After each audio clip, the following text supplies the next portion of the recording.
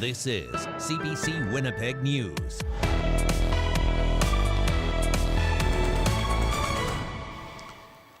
Good evening. Thank you for joining us. I'm Riley Laychuk. Janet Stewart is off tonight.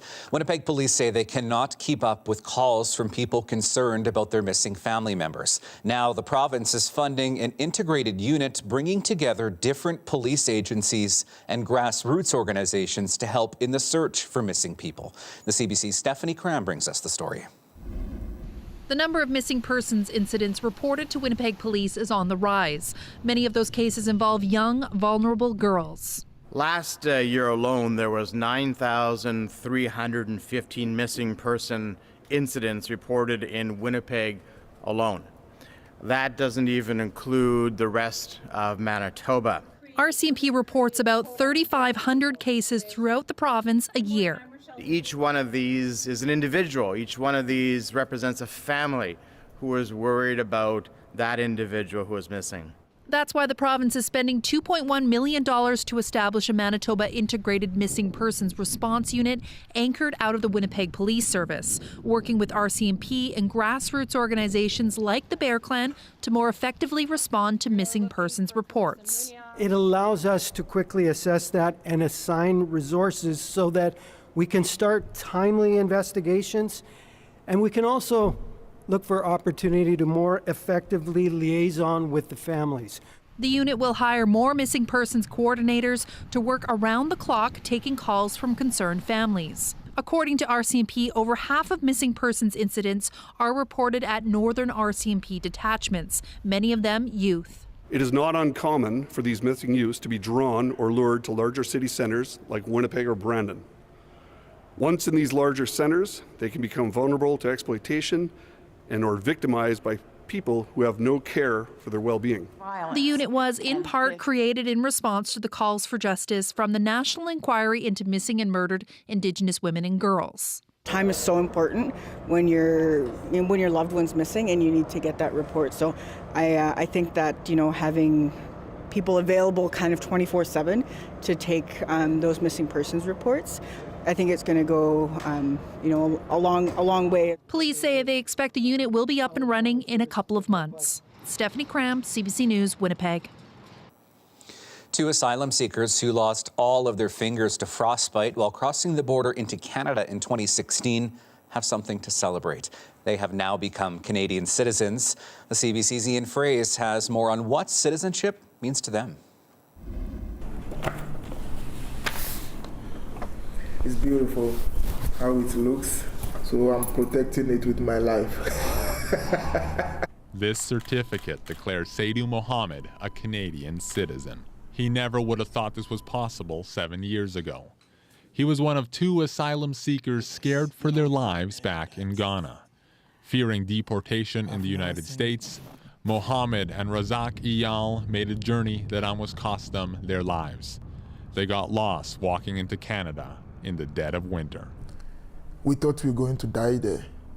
They lost all their fingers to severe frostbite, but they survived and now they're thriving. Mohammed volunteers as a soccer coach in Winnipeg and is hoping to enroll in university. Canada is not just my home, it's part of who I am as a person. Iyal was gifted this flag the day of his citizenship ceremony. This flag means everything to me. It takes him back to the border and the first person he met when he crossed into Manitoba. It was with the truck driver who saved them by calling 911. Asked this guy that, am I in Canada? Are we in Canada? And he told us yes. And today we are Canadian citizens.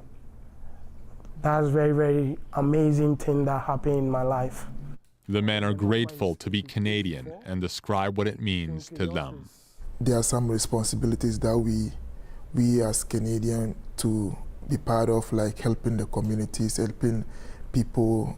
Coming from a place that rejected you, they don't need you there, and coming to Canada and they open their arms for you. They want to be as welcoming as Winnipeg was to them. Ian Fraze, CBC News, Winnipeg. Now, the one thing missing from Eyal's life here is his wife. He is now working to bring her here from Ghana, and we can tell you that she had an interview today at a Canadian embassy.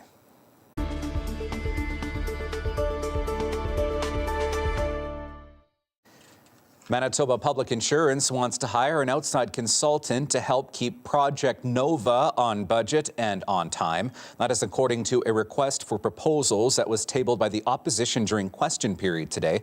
Now, Project Nova aims to move more of MPI's services online. And as the CBC's Josh Crabb reports, the government says the Crown Corporation isn't getting any more money to finish that work.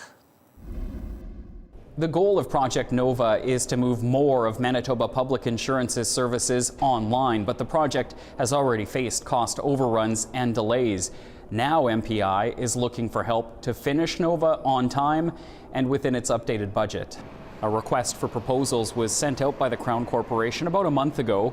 MPI says it's looking for expert advice and coaching that will allow it to deliver the full scope of Project Nova on time and on budget.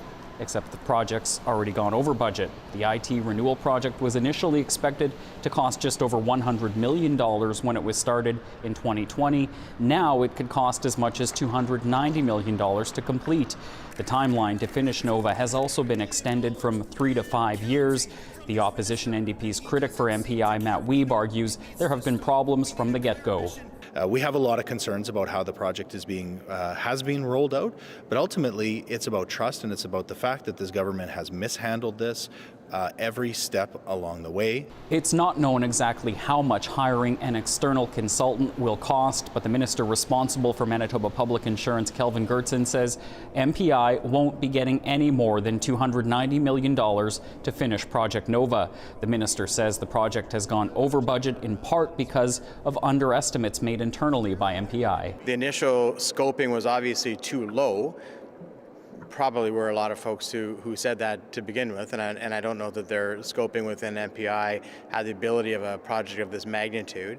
But as recently as last week, it's been reiterated that there are no additional funds that are going to be made available for this project, and they reiterated last week that they don't anticipate needing any additional funds. A recent rate application by MPI to the Public Utilities Board cited in part significant increases in the Crown Corporation's budget to pay for Nova. The PUB ordered MPI to provide reports on Nova so that it can monitor expenses. Josh Crabb, CBC News, Winnipeg. Councillor Russ Wyatt says his motion calling for a public inquiry is causing a commotion at Winnipeg City Hall. The Transcona councillor wants to renew a council push for the province to call an inquiry into Winnipeg's police headquarters. It was the subject of 2 audits and an RCMP investigation. Wyatt says he's been warned this could jeopardize a city settlement with dozens of defendants in a police HQ lawsuit. May be considered bad faith even after the agreement has been signed, and therefore we are in contravention of the agreement. So therefore, you really never can debate or request a public inquiry now. City Council votes on the settlement on Thursday. It's also slated to debate Wyatt's motion about an inquiry. Winnipeg's mayor says the settlement doesn't change the city's position on the inquiry. A 2022 street census found about 10% of Winnipeg's homeless population were Métis. Today, the Manitoba Métis Federation opened a new transitional housing project. The 20-unit building will provide wraparound supports to Métis citizens in need of housing. We got a tour from the MMF Minister of Housing, Will Gooden.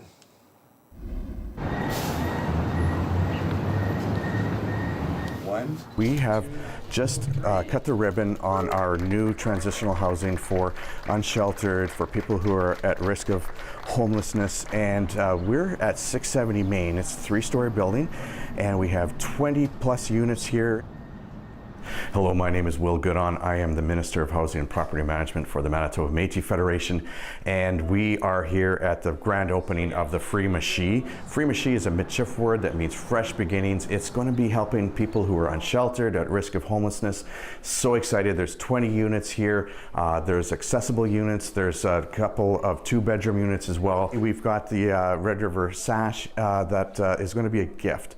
This is one of those things that we want to symbolize house as very much a part of our culture, and it's going to be given to every tenant who moves in here, just to give them that place where they can feel they're welcome, where they're home, where their nation cares for them. When you are absolutely desperate, the idea of being safe is something that is the first thing you think of when you think of a home, and safety is one of the things we're going to bring here. When we're at the lowest point in our lives, and I've been low myself, I've dealt with depression, I've dealt with mental health and addictions issues, and thank God I had people there to surround me and help me and support me, and that's what this is all about. A lot of times we fall in the cracks. Our citizens aren't taken care of. There are organizations that say they are, but they don't. So when we are looking at who our citizens are, it's up to us. You know, President Chartrand has always said the MMF will have your back, and that's absolutely 100% true in this case, where it's so vitally important that the Métis, the Red River Métis, look after Red River Métis. In Brandon, Knox United Church hosted its annual Pi Day this weekend. The event educates people on allyship and how to operate ministries which offer emotional support and encouragement for LGBTQ people, and how to be publicly, intentionally, and explicitly affirming. Pi Day is also a way of showing how Knox is welcoming to everyone. Anastasia Jane Gibson is a Brandon musician and psychologist. She shared the story of her transgender journey during Pi Day. There's a lot of scary and damaging messages that are coming out right now, especially down south. That's trickling upward about folks who are gender diverse and in the trans community. And being able to have an open conversation about this, like I said, is critical because we are getting those messages right now. Gibson helped launch the new Westman Empowerment Fund at Pi Day as well. The fund supports transgender, non-binary, two-spirit, and other gender-diverse people seeking gender-affirming care in Westman. Well, today marks the first day of spring, but for some Winnipeggers, spring officially happens when local ice cream shop Sergeant Sunday opens for the year. It's a tradition that has been going on for nearly 4 decades. It's a bit of a tradition to come and get ice cream at Sergeant Sundays when spring arrives and when they open. And I think, as we can see, everyone's excited for spring and the beautiful weather. I can't wait to get hiking and running and just being outside more. Go bike riding with my dad. There isn't much colors out in winter, and I like painting what I see outside my window. Go to the beach. I'm playing baseball, and I want to ride my bike. Probably go for a nice long stroll down to Assiniboine Park. It is like one of my favorite features of Winnipeg. It's spring, people can't wait to get out. They're tired of winter, and when it starts to turn a little nice and the sun's coming out a lot longer every day, everybody comes for ice cream.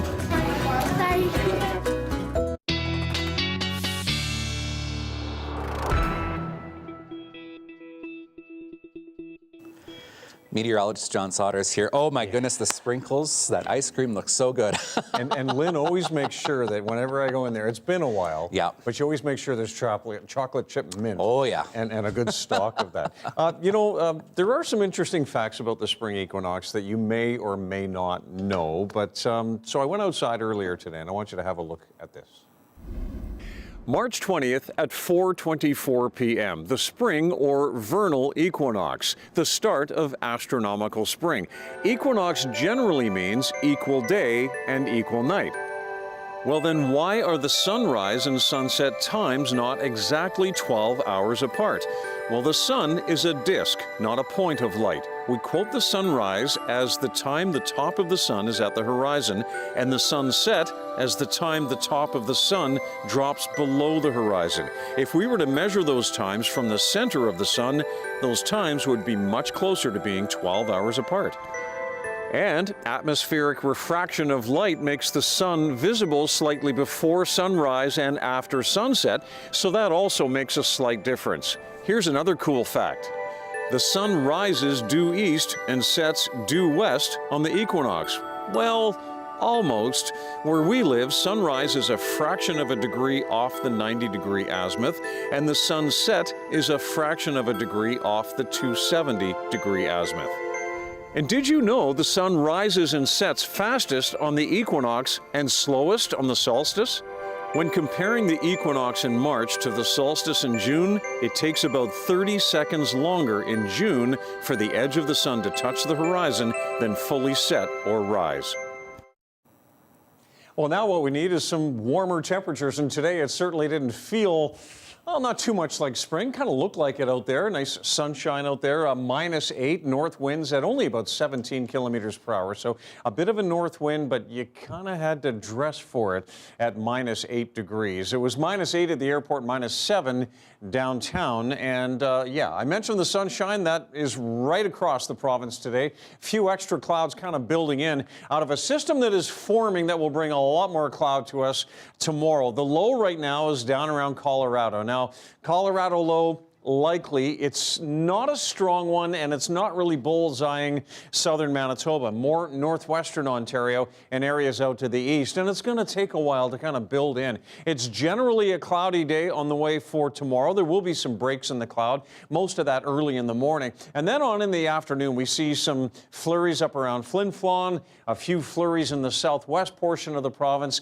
But the main event is really overnight Tuesday into Wednesday. It's this low that starts to spread snow up into southeastern Manitoba. And I think this particular model is pushing it a little too far to the southeast. We'll see what happens, but Winnipeg, the Red River Valley, kind of on the western extent of the main brunt of snow. Now, the white you see here, northeast of the low, that is about 10 to 15, maybe even 20 centimeters of snow, and that's what will be happening in Kenora and out toward Red Lake, Sioux Lookout as we head into Wednesday morning. The rest of us will see clearing skies, or at least partial clearing on Wednesday, and then a much brighter day on the way as we head into Thursday and Friday.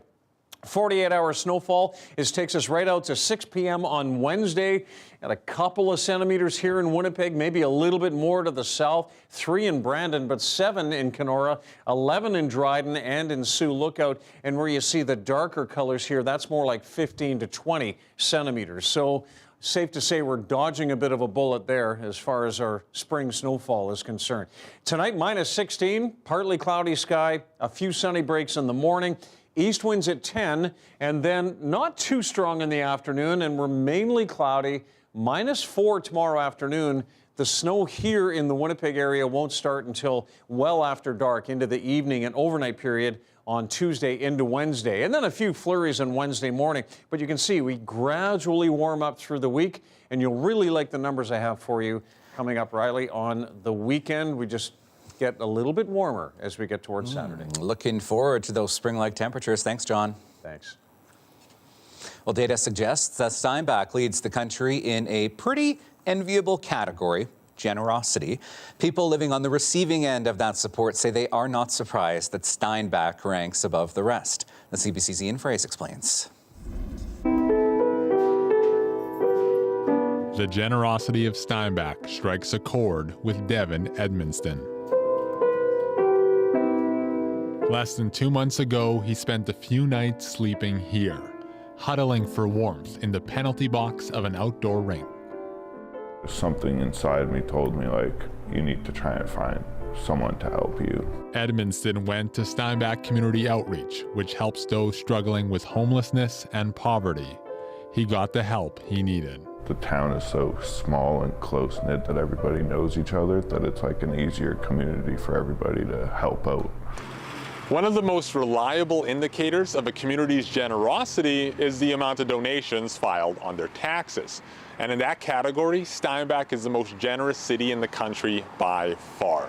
On average, people in Steinbach give 4.3% of their income to charity. The national average is just 0.6%. These are the cookies that we had someone bake, that someone brought in today. The outreach gets donations every day. It keeps the shelves stocked and freezer full. And there's a lot of people in this town that have a lot, and there's a lot of people in this town that don't have anything. So the people that have are really willing to give, and it's such an amazing thing for us to keep running. Madeline Thiessen says the nonprofit saw the need and has decided to build affordable housing. Donations have exceeded the government's share, but there's still more to raise. We do find that there is more people coming in here struggling to make ends meet and maybe on the verge of losing their place. Thank you so much for coming. I love you too. A culture of giving has bonded a group of women together. The Chrysalis Fund donated a fridge to the Family Resource Center. Stock it at the beginning of the week so that it's all ready to go for the rest of the week. Okay, That's cool. so fantastic. See, people are using it all the time. Yeah. They're a community of women philanthropists who pool their money into a fund and divvy it out to worthy organizations helping families and youth. What a better way than for us women to pool our heartstrings, our purse strings and heartstrings together and give back to the community. 75 women are members. It feels really neat to have so many more fantastic women in your life. Steinbach's generosity perhaps stems from the city's heritage. It's a traditionally Mennonite community where donations to church and others are encouraged. Moni Lowen, who works at a nonprofit, says that generosity hasn't gone away even as the city becomes more secular. I have a sense through my work that whether people are still faith-based or not, tithing stuck. Giving stuck. Edmondson has experienced that help firsthand. Since being here, my life's gone like on a trajectory upward, so can't complain now. He now volunteers for the same organization that turned his life around. Ian Fraze, CBC News, Steinbach, Manitoba.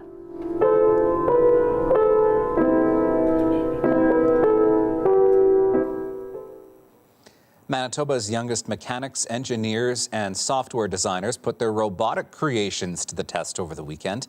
The annual Manitoba Robot Games took place at Tech Vok High School on Saturday. We stopped in. Have a look.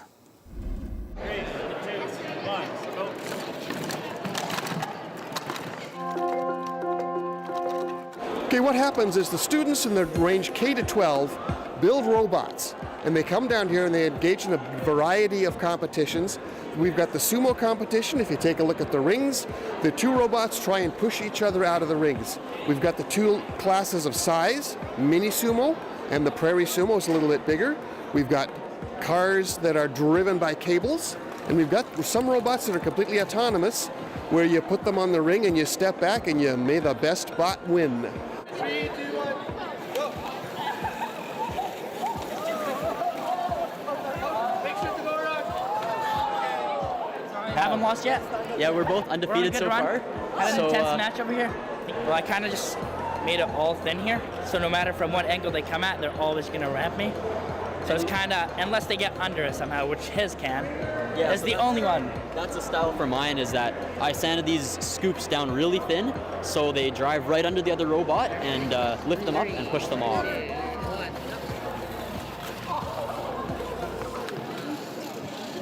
Yes, you have to make it yourself. And so that it does tend to foster the joy of making something. And depending on your ingenuity, your machine might be better than the other one. And in a lot of competition, vehicle type competition, races and so on, the vehicle defines how well the thing will do. It's a really good learning opportunity, and we're really thankful for this after COVID. It's good to get back to this kind of stuff. We've still got another year after this. We're planning on coming here, taking ideas from other people, and then going back home and seeing what we can come up with for next year.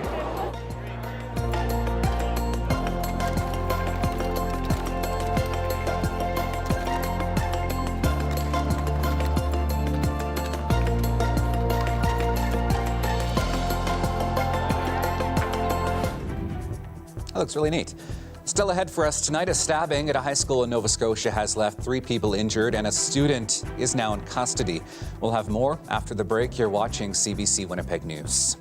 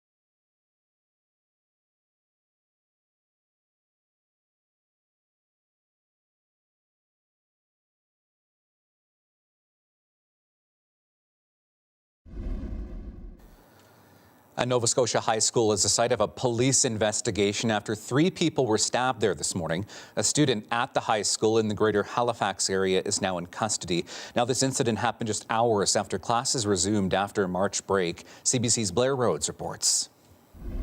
Definitely nothing I'd be expecting. Exactly. Spring break, I'd feel March like break, the first day would be better. After spending about 2 hours in lockdown, students came trickling out of the high school, trying to figure out what had happened. I never would have seen him like that. It's kind of bizarre to think somebody I went to school with last year, he had those intentions. Yeah. Blows my mind. It's really wild to think about that. This could have been one of us or something else. It could have been really worse. Definitely. Before the students were released, anxious parents patrolled the sidewalk. I've been here standing outside for 45 minutes and I came from Lakeside. I worked all night. I just got off at 8 o'clock this morning. I want my kids back and they will not be coming back to the school.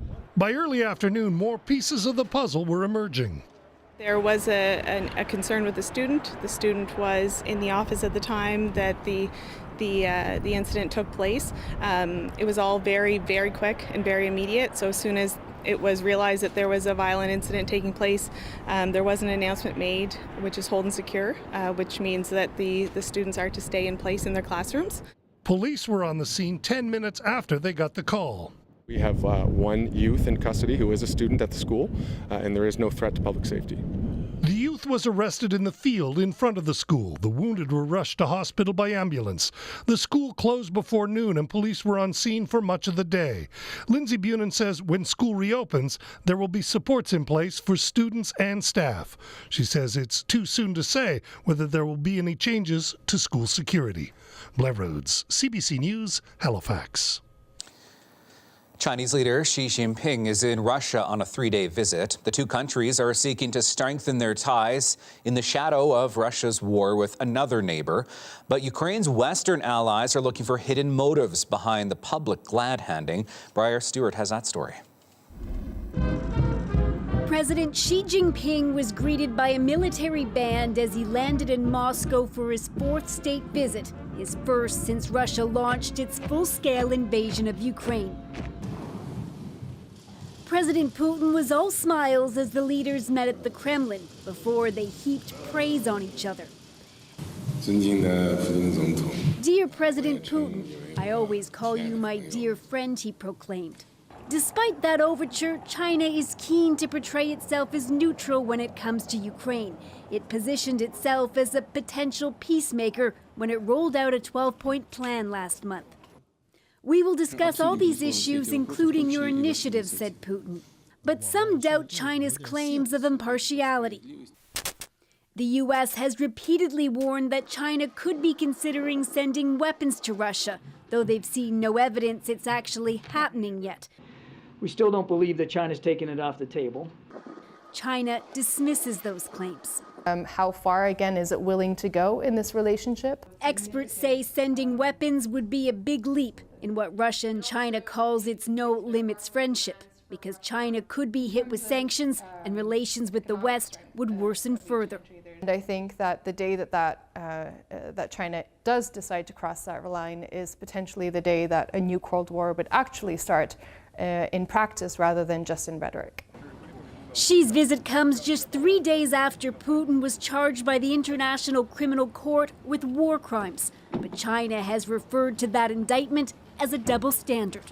Well, it's another demonstration that China looks at the international order, at international law, as if it were a menu. We'll take this, we won't take that. Putin and Xi met for several hours, including during a state dinner, and more meetings are scheduled for Tuesday. Ukrainian officials have urged Beijing to use its influence with Russia to try and end the war. And China does have more influence over Russia than ever before, because it's one of the few powerful allies it has. Briar Stewart, CBC News, London. The French government came out on top today and can go ahead with plans to raise the retirement age from 62 to 64. Le scrutin va être ouvert pour 30 minutes. Il sera clos à 19h20. La séance est suspendue. Opposition politicians are unhappy because French President Emmanuel Macron used special powers to push the bill through without a vote last Thursday. They put forward 2 non-confidence motions today. The government narrowly won one of those put forward by the parties in the centre, as well as a second motion put forward by the far right. The results mean the pension reforms to raise the retirement age will now become law. The eastern suburb of Mumbai is home to a mountain of rubbish. It's not a problem unique to this city, and the Indian government is promising to get rid of such eyesores. But the sprawling hills of garbage allow some people to earn a meager income. And as Salima Shivji reports, they're also proving to be a source of danger to their health.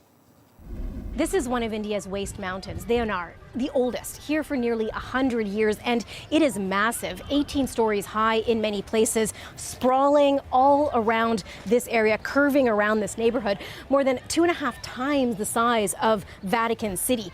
And there are more than 16 million tons of garbage here, dumped here over decades. And that really has severe health consequences for those living here in these neighborhoods in the shadow of this waste mountain.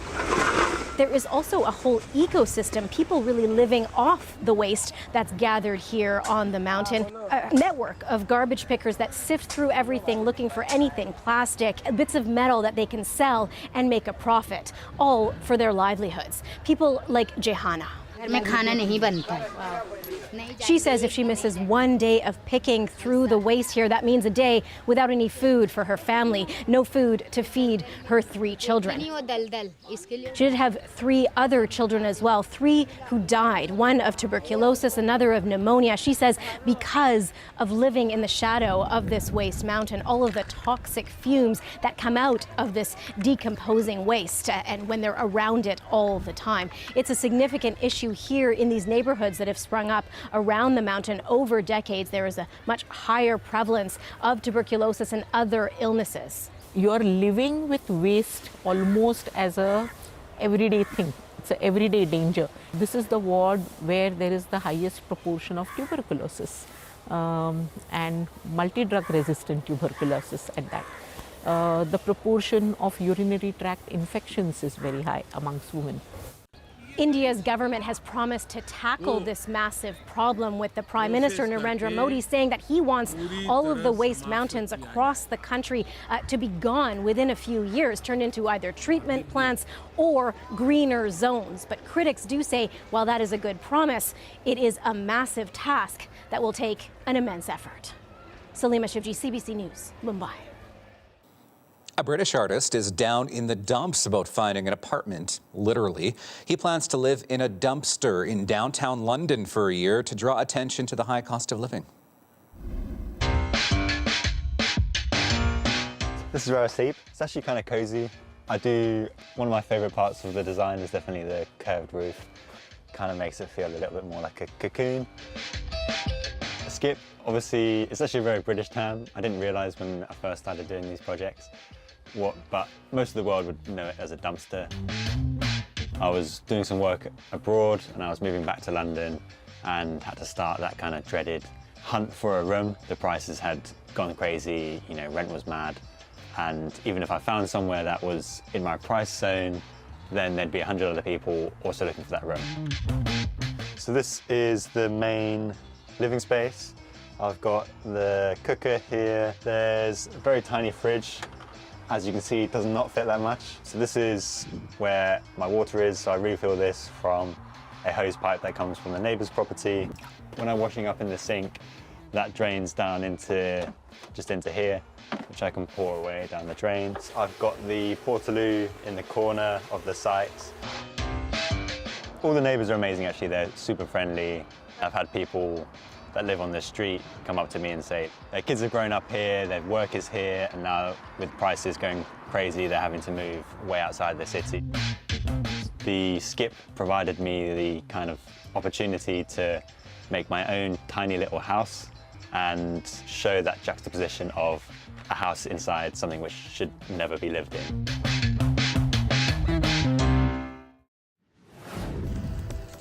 Coming up, the chance to prevent the worst effects of global warming is slipping away, according to a panel of top scientists. We'll have that story after the break, plus John Sauder has his Manitoba forecast. You're watching CBC Winnipeg News.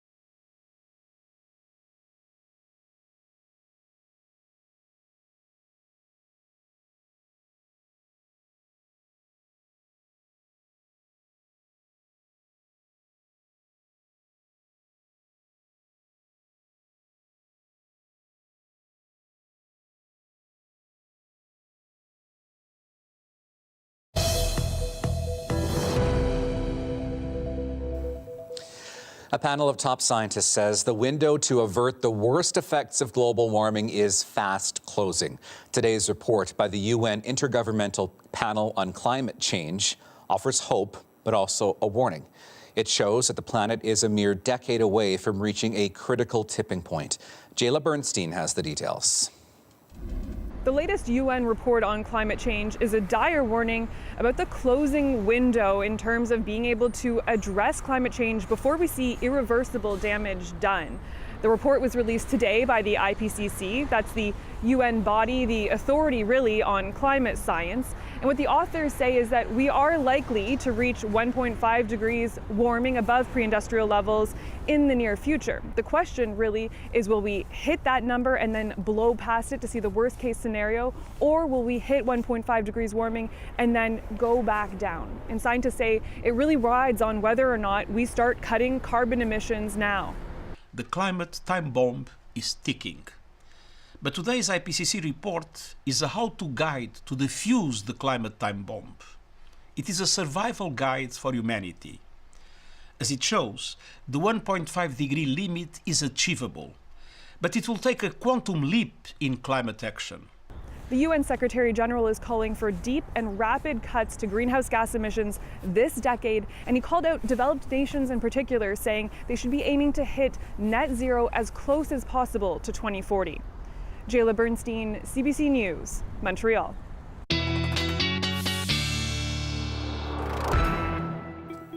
Meteorologist John Sauder is back, and I think what a lot of our audience doesn't know is that through the spring and summer, I'm usually wearing shorts under the desk. Am I able to start doing that again soon? It's a little more information than we really need, but, you know, if you want me to answer the... Probably... I'd wait another month. Okay. Give it a little while yet. All right, let's get to some temperatures, and you'll see why Riley's not wearing shorts under the desk right now. -8 in Winnipeg, -10s out to the west in St. Laurent, and in Ely, -7 at the Forks, and in Selkirk and Steinbach. And I'm still laughing about what he said, actually. -10s out to the west right now. Current numbers a little bit warmer out to the east. Kenora right now at -5. And to the north, where we had beautiful sunshine today. Still cold in Churchill at -22, but similar temperatures to the south across most of northern Manitoba. Now, your forecast includes just a little bit of this cloud from Saskatchewan moving into southern Manitoba and northwestern Ontario overnight, but a clear evening, just a few clouds overnight. And getting down there, Red Lake down to -21, -16 in Kenora. That'll be the number here in Winnipeg as well, a low of -16 with a partly cloudy sky. As we move out to the southwest tonight, we're looking at not much in the way of flurries, but clouds are building in from Saskatchewan, and despite the cloud cover, -19 in Brandon, -21 in Dauphin, and -19 in Portage la Prairie. Up to the north, we're looking at just a chance of flurries around Flin Flon, but tomorrow there's a better chance as we head into your forecast conditions for most of northern Manitoba. Look at some of these numbers, though, up to the north and northeast, still down in that wintry -27, -28 range. Tomorrow in Churchill, cloudy, although I do think you'll see some sunny breaks in there at -16. We'll see occasional flurries in the west, but afternoon flurries in Lynn Lake, Thompson, and some sunshine replaced by some afternoon flurries in Norway House, and a sun cloud mix in -11s farther to the east. Here across the south, we get just a little bit warmer, not quite seasonal, but we have some afternoon and evening light snow around Brandon, increasing clouds in Dauphin and Swan River, more of an evening snow in Portage la Prairie, same here in Winnipeg, evening and overnight light snow. So the farther you are out to the east, the later that will be. Did you see Sprague? 5 to 10 centimeters. We're looking at late evening snow starting in northwestern Ontario. Areas like Dryden and Sioux Lookout and Fort Francis will be picking up probably closer to 10 or 15 centimeters overnight Tuesday into Wednesday. So you're saying jeans weather for a bit yet? Yeah, you bet. Thanks, John. Indigenous graduates at the University of Winnipeg held their first celebratory powwow in 4 years at the Duckworth Centre over the weekend. Families and friends of more than 50 grads packed the facility with a mix of traditional clothing and dancing on display. It's crazy. I just never pictured myself graduating at a university. I'm a mature student, so my heart's beating so fast. I'm so excited and nervous. It means so much, especially to have my family here to celebrate in this way. It's. I'm going to be crying. I know. I'm on the verge. I can feel it.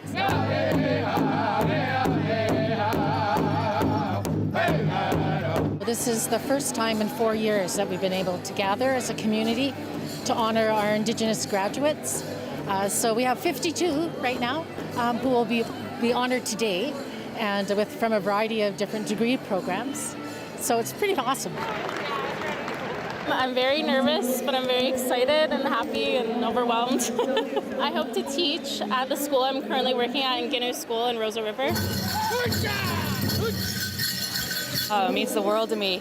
I've never really been to an event like this at the university, so it's spectacular here. I'm excited and happy and very proud to be a part of this. Just to become a teacher, because I want to inspire and educate the youth, show them that it's possible. I'm just really happy to be here with all my fellow graduates, and I'm really proud. We're so tight.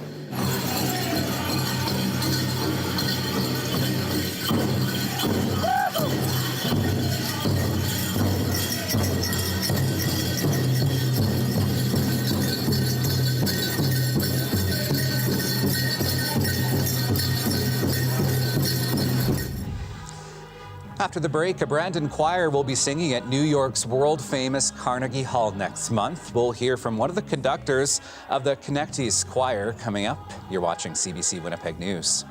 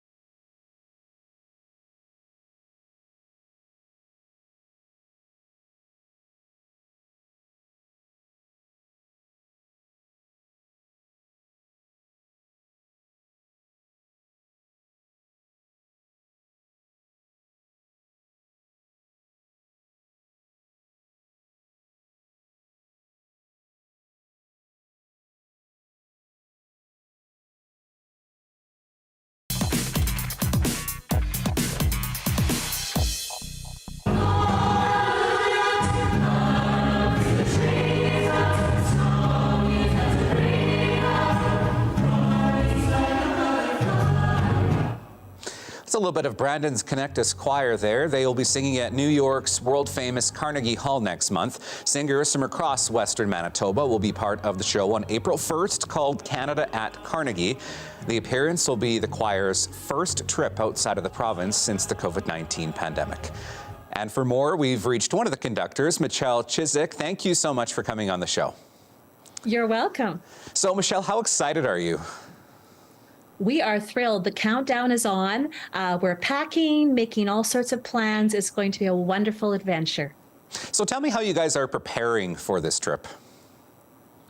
Well, the repertoire for our concert at Carnegie Hall is all Canadian composers, which is very exciting. Composers such as Corey Payette, Tracy Wong, Sarah Quartel, Marie-Claire Sandon, and Leon Dubinsky. We have a varied repertoire, and we're making sure we know our parts, and we are ready to go for this big experience. Tell me about the event, Canada at Carnegie, that the choir is singing at. We are going to be joining 5 other choirs from across Canada, and we are going to be singing under the conductors Carrie Tennant of Vancouver and Jamie Hillman of the University of Toronto, and joined by composer in residence Sarah Quartel and composer Corey Payette. It's a very exciting program. There's going to be projections behind the choir on the stage and a string quartet in one of the numbers. It's going to be just a very satisfying musical experience in the wonderful acoustics of Carnegie Hall. Yeah, so I mean, what does it mean to you to have a group from rural Manitoba, from Brandon, singing at Carnegie? Well, it's tremendously exciting. We have 35 of our choir are going to be participating, and we have 35 family members in our fan club accompanying us. So you know that it's a very big deal for us, small town folk. Yeah, for sure. What are you in the choir expecting, I guess, when you guys arrive? Well, we're going to be experiencing New York in so many different ways. We have our tickets for Broadway shows, reservations at great restaurants, and I know some of the members are going to the New York Yankees home opener, and comedy clubs, jazz clubs, sightseeing. We just plan to take it all in and just really enjoy our time together as an ensemble. How did this opportunity come about for you guys? Well, Marla Fontaine, who I share conducting duties with in Connecties, had a brochure, and it was advertising that choirs could apply or audition to be part of this experience, and everything seemed to connect. It was spring break, wonderful conductors, wonderful music, and New York City, a perfect fit for an adult choir. So we made it our mission to do that this year. You know, the days are counting down to your performance. How are you guys feeling, I guess, as the days inch closer? Well, we feel as if we have the music well prepared. We can't wait to hear what it's going to sound like all together, and to work with these expert conductors will be quite thrilling. We're just very eager to get started and to get there. Michelle Chiswick, one of the conductors in the Connecties Choir, thank you so much for coming on the program tonight. You're welcome. Thank you. Still ahead, as we take a look at some shots from above the city, John Sauder has our 7-day forecast when we come back, and your daily lift as well. Stay with us.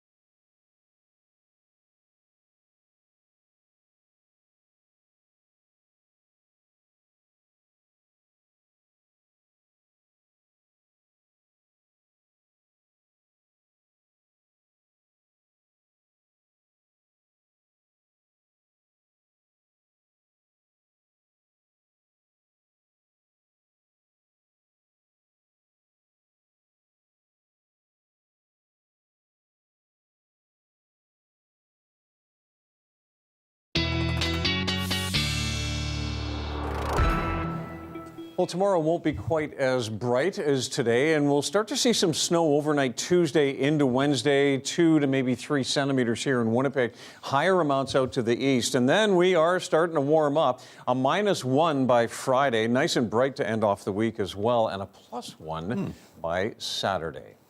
The Montreal Biodome is celebrating a royal occasion, the birth of a king penguin. And who does not like baby penguins? That's tonight's Daily Lift.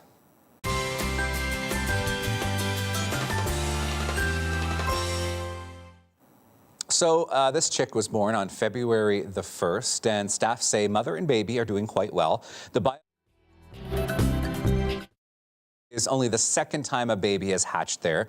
King penguin development is slow, though, so visitors are advised to not expect to see this chick just yet, but you might start to see the occasional glimpse next month. Isn't that cute? Yeah, I wonder when they start to get the colors. Yes, and that sort of thing. I think a little while yet. Yeah, a little while yet. Yeah, yeah, for sure. Thank you for being with us tonight. You can find news updated anytime at cbc.ca/Manitoba. John's forecast is there as well. We will see you tonight at 11. Have a wonderful evening. Good night.